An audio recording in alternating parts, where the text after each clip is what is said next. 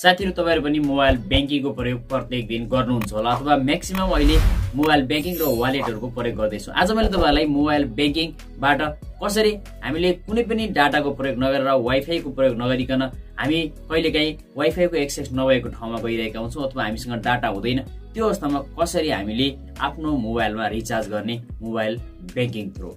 साथीहरु नमस्कार, म sdinfo पनि sdinfo च्यानलमा तपाईहरु सम्पूर्णलाई हार्दिक स्वागत गर्न चाहन्छु। साथीहरु कतिबेला यो ट्रिक आउन सक्छ, तैपनि कतिपय साथीहरुलाई थाहा नहुन सक्छ कि मोबाइल बैंकिङ एप्लिकेसनको युज गरेर कसरी हामीले सजिलैसँग बिना डाटा र बिना वाइफाई रिचार्ज गर्न सक्छौं त।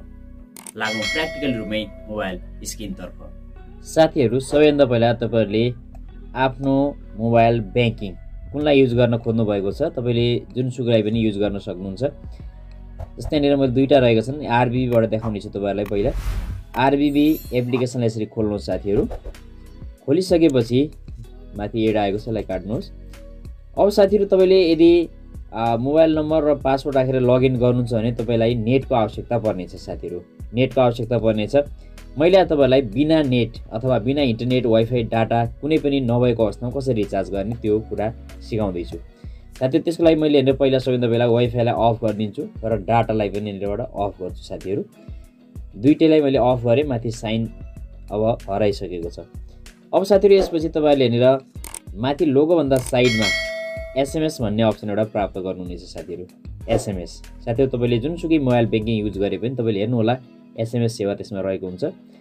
एसएमएसमा क्लिक गरिसकेपछि साथीहरु यहाँनिर तपाईले चारवटा अप्सनहरु प्राप्त गर्नुहुनेछ। एउटा जनरल इन्क्वायरी, तपाईले जनरल इन्क्वायरी मध्येबाट आफ्नो bank account, bank balance enquiry, statement यी सम्पूर्ण कुराहरु प्राप्त गर्न सक्नुहुन्छ। त्यसै गरेर यहाँनिर तपाईले सेन्ड मनीमा तपाईले यहाँनिर फोन पे अथवा कुनै पनि एकाउन्टमा यसरी मनीलाई पठाउन सक्नुहुन्छ, पैसा पठाउन सक्नुहुन्छ।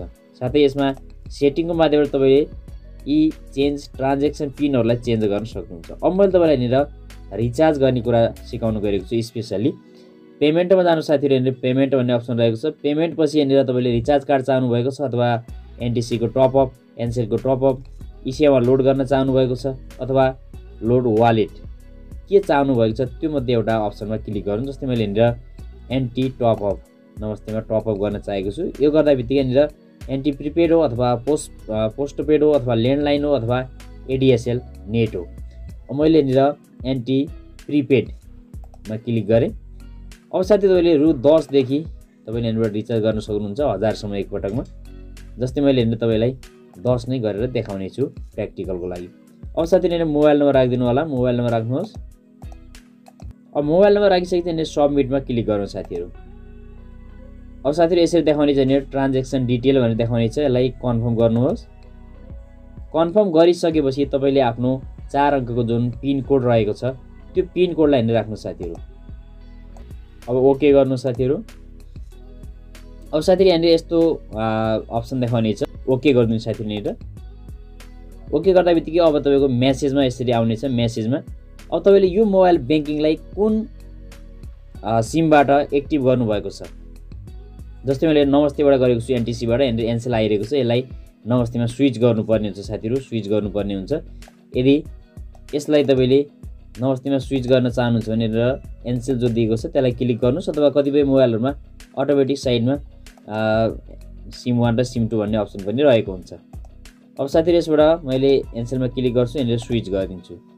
यो नमस्तेमा आयो साथीहरु। अब तपाईले देख्न सक्नुहुन्छ नमस्तेमा आएको छ। यदि यो हरायो भने यसलाई कपी पेस्ट गर्न सक्नुहुन्छ अथवा नमस्ते गरेर पुनः अघिको प्रोसेसबाट पनि त्यसलाई ल्याउन सक्नुहुन्छ। अब साथीहरु यसलाई यहाँनिर सेन्डमा क्लिक गरौँ।